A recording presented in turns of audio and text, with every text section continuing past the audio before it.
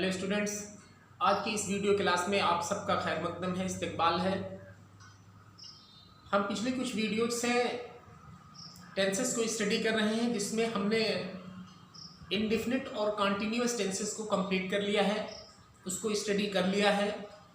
आज की इस वीडियो क्लास में हम आप सबको कॉन्टिन्यूअस पे आधारित जो है कुछ ट्रांसलेशन की प्रैक्टिस करेंगे।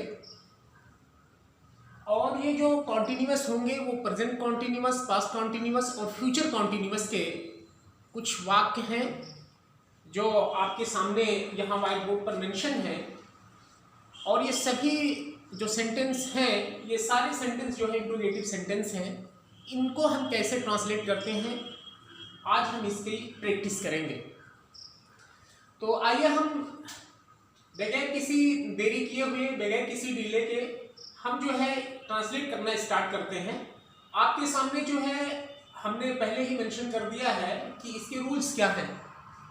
रूल्स ट्रांसलेट करने के रूल्स, यानी फ्यूचर कॉन्टिन्यूअस टेंस या पास्ट कॉन्टिन्यूअस टेंस या प्रेजेंट कॉन्टिन्यूअस टेंस में अगर हमारा कोई भी हिंदी का वाक्य है तो उसको अंग्रेजी में कैसे ट्रांसलेट करते हैं, ये आपके सामने इसका रूल्स लिखा हुआ है। सबसे पहले WH फैमिली का वर्ड अगर कोई है उसको लिखते हैं, फिर उस टेंस की सहायक क्रिया लिखते हैं और सब्जेक्ट लिखते हैं। और यदि नॉट की नीड है, नहीं नामक शब्द आया है, तो नॉट को हम यही लिखते हैं। वर्ब की फर्स्ट फॉर्म में ING और ऑब्जेक्ट को लिखते हैं। ये हमारा क्या है, नियम है हिंदी से अंग्रेजी में बनाने का, अगर वो वाक्य कॉन्टिन्यूअस का है। ठीक है, तो सबसे पहले हम ये देखते हैं कि सभी वाक्यों को हम एक बार पढ़ लेते हैं, उसको समझ लेते हैं। पहला जो वाक्य हमारा है उसमें लिखा है रेलगाड़ियां ठीक समय पर क्यों नहीं आ रही हैं। ठीक है, तो सबसे पहले हम ये तलाशते हैं कि इंट्रोगेटिव सेंटेंस अगर ये है तो इसमें कौन सा शब्द ऐसा है जिसने हमसे क्वेश्चन किया है। तो हम यहाँ पे देखते हैं रेलगाड़ियां ठीक समय पर क्यों नहीं आ रही हैं। तो ये जो हमारा क्यों नामक शब्द है, यही हमसे क्या कर रहा है, क्वेश्चन कर रहा है। दूसरे वाक्य में देखते हैं क्या बच्चे तितलियों को नहीं पकड़ रहे थे। तो यहाँ पे क्या नामक शब्द आ गया है, इसने हमसे क्या कर लिया है, क्वेश्चन कर लिया है। अगले में हम देखते हैं वे किसके साथ बाजार जा रहे होंगे। किसके साथ, तो हम क्या देख रहे हैं, किसके साथ, यह हमसे क्या पूछ लिया, क्वेश्चन कर लिया। क्या यह छोटा लड़का, अब यहाँ पे क्या नामक शब्द क्वेश्चन कर लिया। वे कल किस समय, अब यहाँ पे क्या आ गया है, किस समय। ठीक, सबसे पहले हम इसको जो है अंडरलाइन या रिंग करते हैं, घेरते हैं, इसको पहचानते हैं कि यही सवाल हमसे, यही शब्द हमसे क्या कर रहा है, क्वेश्चन कर रहा है। इसमें हम देखते हैं वह किसको पीट रहा था। यहाँ पे किसको नामक शब्द क्या किया है, क्वेश्चन किया है। वह कब से, यहाँ कब से जो है क्वेश्चन कर लिया है। तुम दिन में कितनी बार हमसे क्या कर रहा है, क्वेश्चन कर रहा है। यहाँ पे क्या क्वेश्चन किया, यहाँ पे कहाँ से, इसने क्या किया है, क्वेश्चन किया। ठीक है, तो आइए हमने ये देखा कि हमारे पास जो है 10 सेंटेंस हैं जो हिंदी में लिखे हैं, इनको हमें अंग्रेजी में क्या करना है, ट्रांसलेट करना है। इसका तरीका क्या है, इसका नियम क्या है, और इसका ये तरीका जो बहुत सबसे आसान तरीका होगा उस तरीके को हम बताएंगे आपको ट्रांसलेट करने का। ठीक है, तो सबसे पहले हमने ये देखा कि जो शब्द सवाल पूछा है उसको हमने तो रिंग कर लिया है, उसको मार्क कर लिया है। अगर हम इसको ना पढ़ें, हम ये कहें रेलगाड़ियां ठीक समय पर नहीं आ रही हैं, तो अब देखिए सवाल नहीं पूछा जा रहा है। इसका मतलब ये हुआ क्यों नामक शब्द यही हमसे क्या किया है, सवाल पूछा। दूसरे में देखते हैं, अगर इसको हम छोड़ दें, बच्चे तितलियों को नहीं पकड़ रहे थे, अब क्वेश्चन नहीं किया गया, आपको कोई जवाब नहीं देना है। ठीक है, बच्चे तितलियों को नहीं पकड़ रहे थे, कोई सवाल नहीं है अब आपसे, लेकिन जब क्या उसमें जोड़ दिया गया तो अब सवाल पूछ लिया गया, अब आपको इसका आंसर देना पड़ेगा। ठीक है, वे किसके साथ बाजार जा रहे होंगे, किसके साथ में, अब यहाँ गए तो किसके छोड़ दो, वे बाजार जा रहे होंगे कहो, अब सवाल नहीं पूछा गया, अब क्वेश्चन नहीं किया गया। ऐसी कंडीशंस में आपको कोई जवाब नहीं देना है क्योंकि सवाल ही नहीं किया गया है। ठीक है, तो हम क्या देखते हैं, हम ये देखते हैं कि अगर क्वेश्चन करने वाला शब्द, सबसे पहली बात जो हम जानते हैं, क्वेश्चन करने वाला वर्ड जो है, क्वेश्चन वर्ड, अगर वाक्य के आरंभ में है, हिंदी वाक्य के आरंभ में है, तो उसकी अंग्रेजी माफ हो जाती है, उसकी अंग्रेजी नहीं लिखी जाती है। लेकिन जब वही क्वेश्चन करने वाला शब्द हमारे हिंदी वाक्य के बीच में आता है, आरंभ में ना होकर कहीं और हो, तो उसकी अंग्रेजी हम सबसे पहले लिखते हैं। ठीक है, तो हमने क्या देखा, यहाँ पे जो क्वेश्चन किया है ये हिंदी वाक्य मिडिल में है, तो जब बीच में है, आरंभ में यहाँ नहीं है, तो उसकी अंग्रेजी माफ नहीं होगी, अर्थात क्यों नामक शब्द की अंग्रेजी सबसे पहले लिखी जाएगी, जैसा कि यहाँ पे नियम में लिखा हुआ WH। तो हम सबसे पहले क्यों की अंग्रेजी लिखेंगे, WH फैमिली का जो वर्ड है वाई, हमने इसको लिख दिया, ठीक। उसके बाद लिखा हेल्पिंग वर्ब लिखो। हेल्पिंग वर्ब कैसे लिखेंगे, क्योंकि ये हम पहचानते हैं रही है, हमसे ये बताया कि मैं प्रेजेंट कॉन्टिन्यूअस टेंस हूँ, तो प्रेजेंट कॉन्टिन्यूअस टेंस में helping verb is am are है, ठीक है। अब इज एम आर में से क्या लाएं, इसके लिए ये है कि रेलगाड़ियां जो हमारा सब्जेक्ट है उसको देखेंगे। ये बता रहा है कि मैं प्लूरल नंबर में हूं, तो प्लूरल नंबर में जब है तो उसके साथ हम हेल्पिंग वर्ब आर लाएंगे। क्या लाएंगे, आर लाएंगे। तो हम लिख दिए आर, वाई आर, हमने WH को भी लिखा, हेल्पिंग वर्ब को लिखा। अब हमारा नंबर आता है सब्जेक्ट का।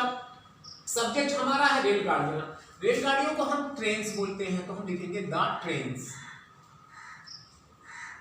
ये हमारा प्लूरल नंबर में हो गया, ठीक, सब्जेक्ट हो गया। फिर उसके बाद नॉट नामक शब्द है, क्योंकि यहाँ हिंदी वाक्य में नहीं आया है, इसलिए नॉट का जगह कहाँ है, यही सब्जेक्ट के लिखने के तुरंत बाद होती है, तो हमने लिख दिया नॉट। ये भी हमारा एक काम पूरा।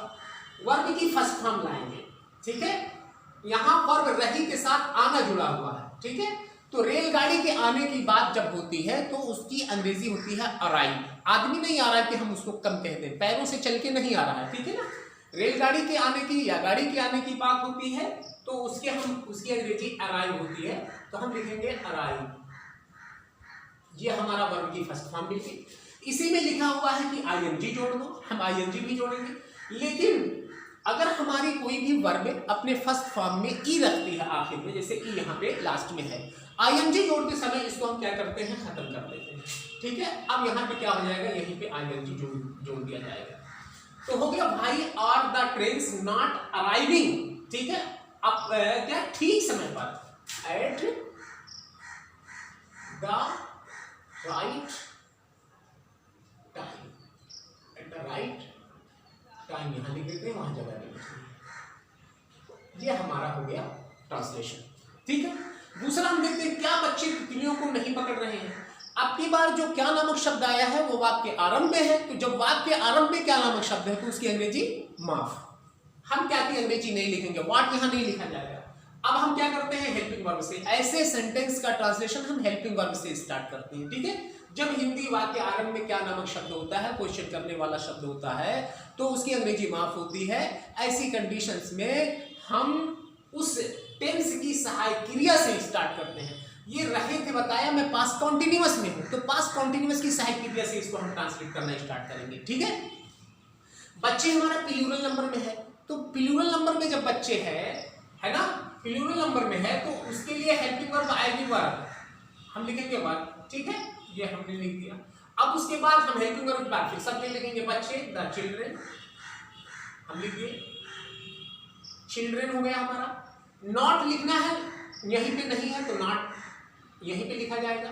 वर्ब की फर्स्ट फॉर्म पकड़ना, कैच, CATCH, इसी में आईएनजी जोड़ना है। क्या नहीं पकड़ने दी, तितलियों को। Verb the children not catching the butterflies, ठीक है। बटरफ्लाई मीन्स होता है तितली, BUTTERFLIES, बटरफ्लाई। ये हमारा क्वेश्चन वर्ड, ठीक।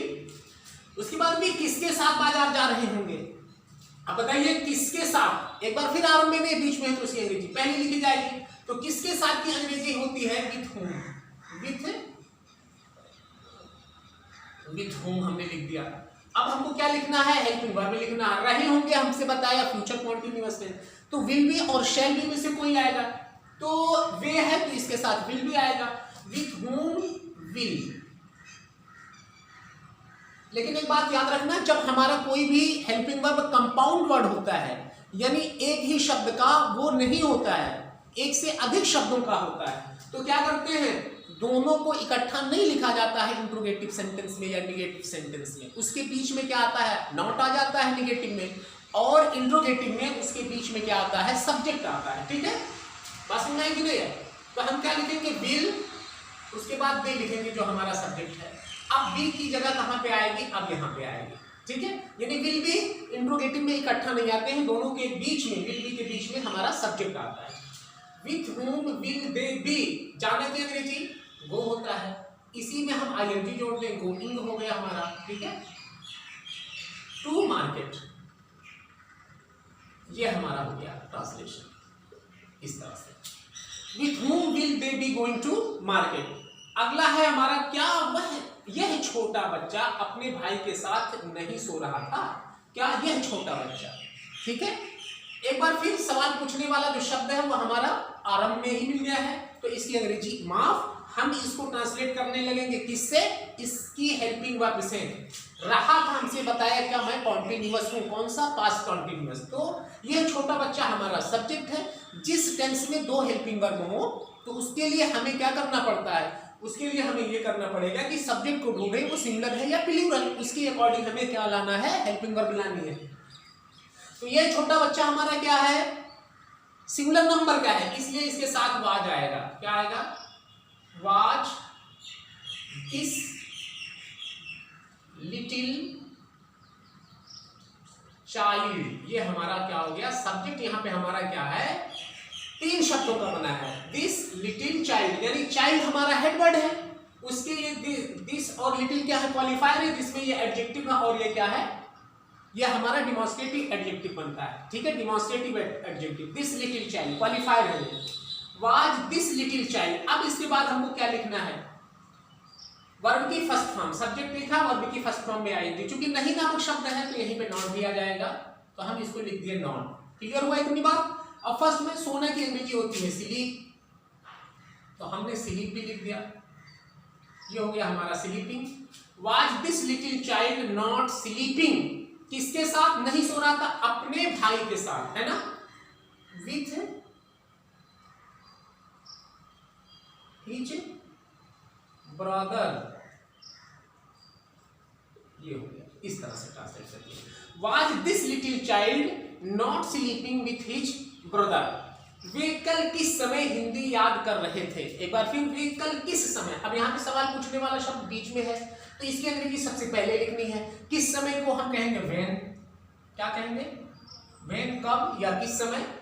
अब हमारा आएगा हेल्पिंग वर्ब रहे थे, और यहाँ पे हमारा प्लूरल नंबर तो आ जाएगा वर्ब, हमने वर्ब लिख दिया। अब उसके बाद हम क्या लिखेंगे, सब्जेक्ट लिखेंगे, दे।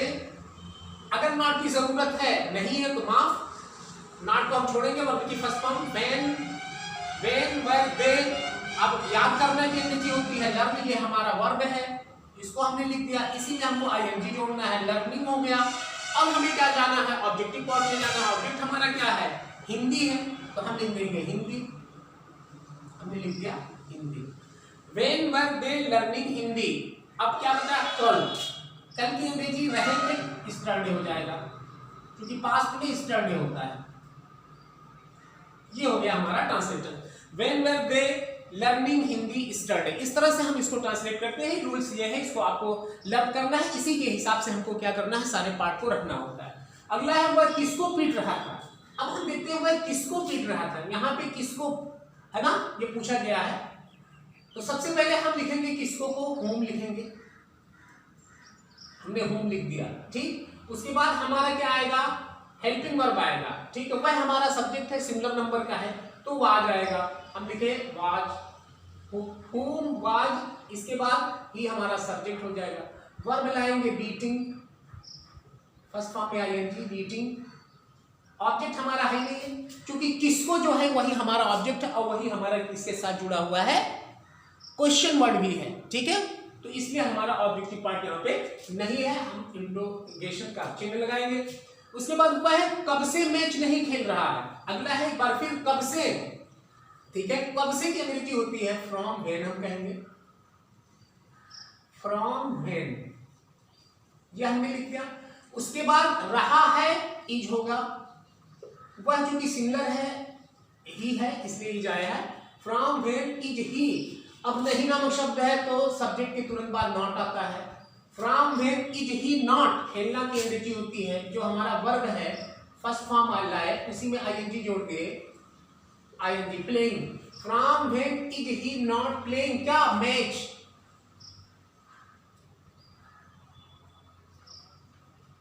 ये हो गया, ठीक, या इसको हम यूं कहेंगे फ्रॉम जो है, अब अच्छा ये माना जाता है कि व्हेन को हम पहले लिखें और फ्रॉम जो इसके साथ हम जोड़े हैं इसको लास्ट में लिख दिया करें। तो अगर ये इस तरह से भी कर सकते हैं, when is he not playing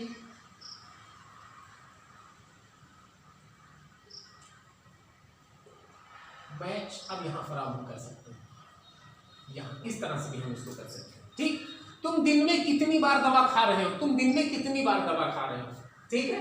कितनी बार को हम कहते हैं हाउ मेनी टाइम्स, इसकी अंग्रेजी होगी हाउ मेनी टाइम्स, कितनी बार हो गया, ठीक है, हाउ मेनी टाइम्स। अब हमें क्या लाना है, हेल्पिंग वर्ब लाना है। रहे हो बताया क्या, मैं present continuous is am are में से कौन सा हम लाएंगे, आर लाएंगे, क्योंकि हमारा सब्जेक्ट क्या है, तुम है, तो यू के साथ हम आर लाते हैं, फिर यहाँ पे हम सब्जेक्ट लाएंगे यू आर।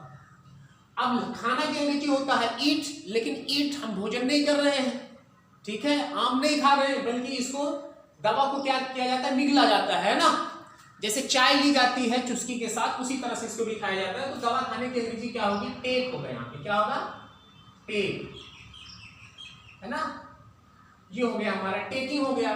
तो how many times are you taking, क्या ले रहे हो भैया, मेडिसिन ना, द मेडिसिन, कब दिन में ना, एट डे, एट,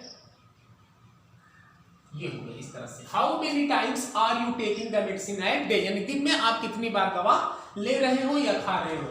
अगला है, क्या कोई उसके साथ टीवी देख रहा होगा, क्या कोई उसके साथ टीवी देख रहा होगा। यहां पे कोई क्या है, अननोन है, ठीक है, मेंशन नहीं हुआ है, तो रहा होगा या हमसे क्या बताया कि मैं फ्यूचर कॉन्टिन्यूअस टेंस हूं, तो फ्यूचर कॉन्टिन्यूअस टेंस में होने की वजह से हेल्पिंग वर्ब से स्टार्ट होगा विल बी और शैल बी। तो हम यहाँ पे चूंकि आई और बी हमारा सब्जेक्ट नजर नहीं आ रहा है, इसलिए विल बी, तो हम सबसे पहले लिखेंगे विल, है ना, कोई हमारा सब्जेक्ट है, एनीवन या एनीबॉडी, जब अज्ञात होता है तो हम उसको क्या लिखते हैं, एनीबॉडी, विल एनीबॉडी। अब यहाँ पे बी आ जाएगा, ठीक है, यानी विल बी और शैल बी अगर इंट्रोगेटिव में आते हैं तो इकट्ठा नहीं आते हैं, उनके बीच में क्या आता है, सब्जेक्ट आता है, विल एनीबॉडी बी। अब देखना जो नीचे होगा वाच, क्योंकि वाच मीन्स होता है कोई चीज को गौर से देखना, इसी में ING, watching, television, television,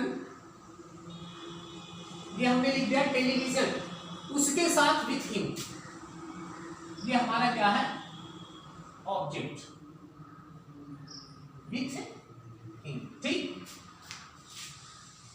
will anybody be watching television with him, television भी ऑब्जेक्ट है, और यानी यहीं से हमारा क्या है, ऑब्जेक्टिव पार्ट स्टार्ट हुआ है। वो लड़का कहां से आ रहा होगा, अब कहां से हमारा क्या कर रहा है, क्वेश्चन कर रहा है, तो हम लिखेंगे फ्रॉम वेयर, फ्रॉम वेयर होगा, वह विल, वह लड़का। अब देखिए वो लड़का, वो ही नहीं आएगा यहाँ पे, ये लड़के की तरफ वो क्या कर रहा है, संकेत कर रहा है, इशारा कर रहा है, तो इसके लिए क्या आएगा, वो के दैट आएगा, ठीक है, क्योंकि हेड वर्ड हमारा क्या है, लड़का है, और वो क्या है, आपका डिटर्मिनर है, क्वालिफायर है, from where will that boy, that boy हमारा सब्जेक्ट। अब इसके बाद यहीं पे क्या आएगा, बी आएगा, है ना, आना की अंग्रेजी होगा कम, अब इसी में हम क्या जोड़ देंगे, आईएनजी, कमिंग, वो लड़का कहां से आ रहा होगा। अब चूंकि यहाँ कहां से वो हमारा ऑब्जेक्टिव पार्ट है, ये पहले ही आ गया है, तो यहाँ पे अब हमारा कोई ऑब्जेक्ट नहीं बच रहा है, ठीक है, तो वो मिस हो गया। इसको हम यूं कह सकते हैं, where will that boy be coming, और इसके बाद फ्रॉम को लास्ट में भी कर दो, इस तरह से हम इसको ट्रांसलेट करते हैं। तो स्टूडेंट्स, आज हमने देखा कि हमने जो है present versus past versus future continuous tense की इंट्रोगेटिव सेंटेंस अगर है तो उसको हम कैसे ट्रांसलेट करते हैं, उसकी हमने प्रैक्टिस किया। मैं आप सबसे ये आशा करता हूं, ये उम्मीद करता हूं कि इस तरह की तमाम एक्सरसाइज आप अपनी जो है बुक से जो है हल करेंगे, सॉल्व करेंगे, जिससे आपकी जो लर्निंग की कंसिस्टेंसी रहे वो आपकी मेंटेन रहे। इससे आपका फायदा ये होगा कि ट्रांसलेशन करना आपके लिए इजी होगा, क्योंकि कोई भी चीज़ जब अभ्यास में रहती है, प्रैक्टिस में रहती है, तो वो आपके लिए आसान रहेगी, और जैसे ही उसको आप छोड़ दोगे तो वो आपके लिए क्या होगी, मुश्किल बनती चली जाएगी। तो हमने देखा कि प्रेजेंट, पास्ट और फ्यूचर कॉन्टिन्यूअस को ट्रांसलेट कैसे करते हैं, है ना। और इसको हमने पहले भी इसके रूल्स, तमाम रूल्स जो भी थे अफर्मेटिव के, नेगेटिव और इंट्रोगेटिव, इसको पहले भी है, इसकी पहचान क्या है, इसके हेल्पिंग वर्ब क्या है, और आज हमने इन तीनों को क्या है कंबाइन करके इनके जो है एग्जाम्पल्स को हमने क्या किया है, सॉल्व किया है ना, हल किया है। तो मैं उम्मीद करता हूं आप सबको ये वीडियो अच्छी लगी होगी और समझ में आया होगा। अगर समझ में आया है तो आप अपने पढ़ने वाले दोस्तों तक भी इस वीडियो को पहुंचाइए ताकि वो भी सीखें। बहुत बहुत शुक्रिया।